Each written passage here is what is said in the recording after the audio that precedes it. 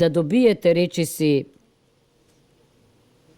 370.000 гласови е голема благодарност, а згора и да станете позната по улиците како Гога. Тоа е нешто што мислам дека е ново во политиката во Македонија, а да не говорам дека за 2 недели да добиете, речи си, 50.000 гласови, разговарајќи со различни групи на луѓе, навистина е голема инспирација за мене како човек и затоа велам дека вечерва знам дека Вардар победи, знам дека победи против кандидатот, но не мислам дека јас како поединец, ниту јас како кандидат на ВМРО ДПМНЕ ја загубив битката.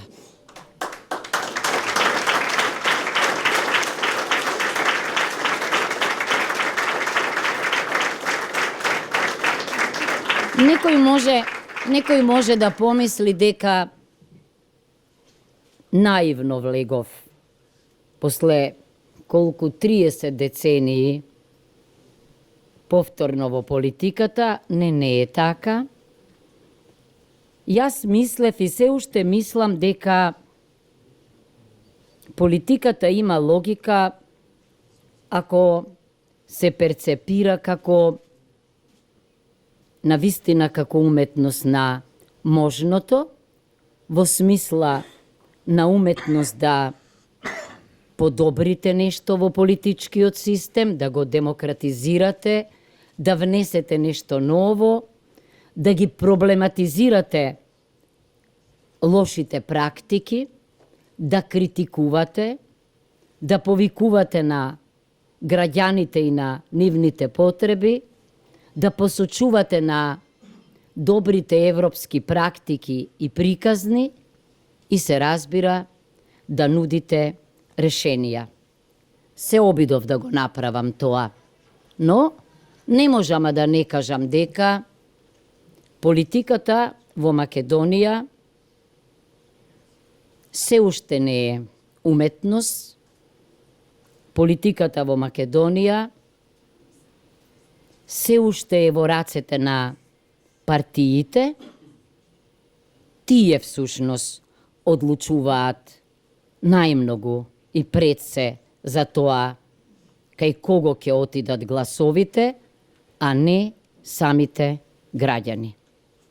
Може да речете дека сум цинична и разочарана, меѓутоа, ако го анализирате контингентот на гласовите, што се пренесе во вториот круг, врз основа на преговорите, кај оние кои преговараа, ќе видите дека политиката во Македонија се уште значи одговор на прашањето кој, кога и како добива, што би рекол еден познат политиколог Харолд Ласвел.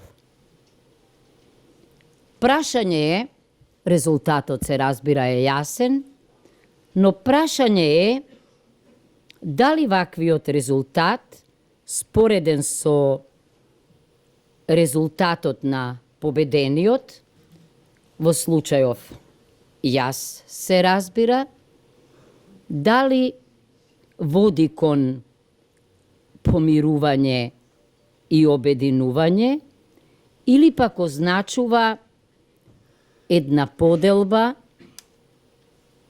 внатре во државата по повеќе основи, поделба која има карактер на интраетничка поделба и прашање е дали синтагмата заедно одиме напред, навистина го ветува тоа. треба добро да се размисли. Кога реков дека влегов со чисто срце, со големи желби за промени, мислам на следново. Не се срамам што учествував во оваа кампања, зашто се обидов да внесам еден поинаков говор, се обидов да го кренам нивото на дебатата, се обидов да бидам своја, се обидов да се однесувам според нормите на знаењето и умот, се обидов да не заборавам на етиката. Се разбира, тоа беше неминовно, зашто мотото на мојата кампања беше правото и правдата, а каде што има право и правда, има и морал и етика. Зошто сум задоволна од учеството и зошто е ова можеби најпрестижната школа во мојот живот? Политичка школа, политичка битка. Зошто мнозина кои ги запознав и кои ме запознаа, без оглед дали се тоа млади луѓе, кои сум ги учела или од кои сум учела, луѓе кои не биле во политиката или ако сакате и странци, на високи позиции, велат дека по овие избори ништо нема да биде веќе исто. И дека, ако јас имав замерка на многуте дебати, оти се невообичаени, сега мислам дека вредело да се учествува во нив, зашто зборовите не исчезнуваат, запишани се, запомнети се, ќе се анализираат и се надевам дека ќе ги имаат наум и новиот председател, и политичарите од власта, но и политичарите од опозицијата, но пред се граѓаните. Морам да кажам дека на председателските избори во Македонија овие сепак победи, според мене, партитократијата, а не демократијата. Јас до вчера тврдев дека граѓаните имаат право да гласаат по свое како личности. Меѓутоа, резултатот не го потврдува ова. Тоа можам и научно да го докажам. Но тоа е реалноста. Се разбира дека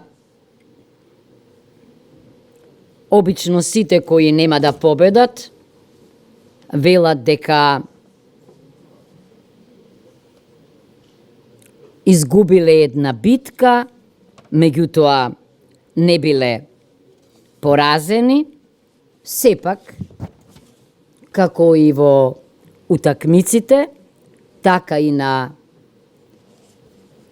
изборите, бројките се тие кои што овозможуваат победа или зборуваат за пораз, меѓутоа сосема накратко. Покрај тоа што им благодарам на оние кои што ме номинираа и ме избраа, најмногу им благодарам на граѓаните. Не сум знаела дека толку различни и толку прекрасни луѓе има во Македонија. Научив многу за нивните проблеми. Им ветив дека ќе сторам се надевам дека победникот ќе искористи нешто од тоа. Им се заблагодарувам исто така и на новинарите. Понекогаш човек кога ќе се соочи со прашања од секаков тип може да се налути. Меѓутоа, мене ми е јасно дека без нив не може да има демократија. Да не беа тие, може би јас не ќе можев да одговорам на прашања што понекогаш и може би не сум ги посакувала, не сум ги очекувала, но сега гледам дека за тоа постојат тие.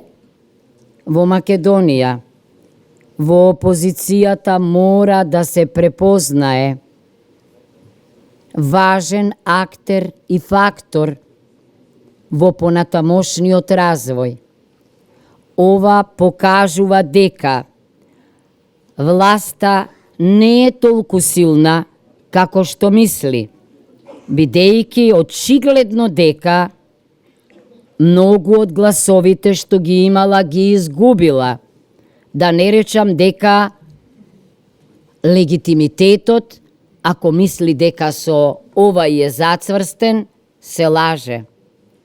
Кога ќе ги споредите бројките, гледате една чудна конфигурација на гласовите, што бара преиспитување на однесувањето и концентрирање на вистинските проблеми. Ке речете, само победата на овие избори го актуелизираше прашањето за предвремени парламентарни избори. Јас не мислам така. Резултатот зборува за делегитимирање.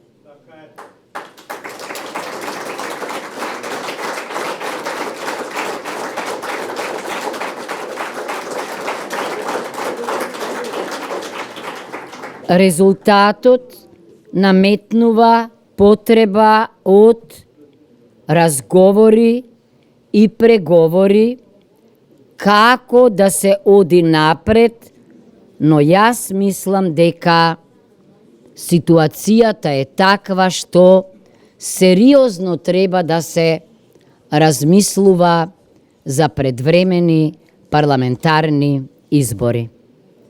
Зошто бројките кога ќе ги споредите,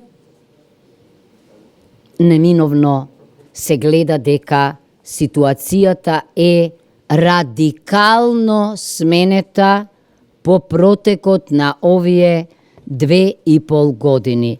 Ако придонесов за тоа, тогаш сум многу среќна. Сигурно е тоа едно камче во демократијата што ја нема, тогаш јас сум задоволна и среќна, а мислам дека граѓаните на Република Македонија заслужуваат промени.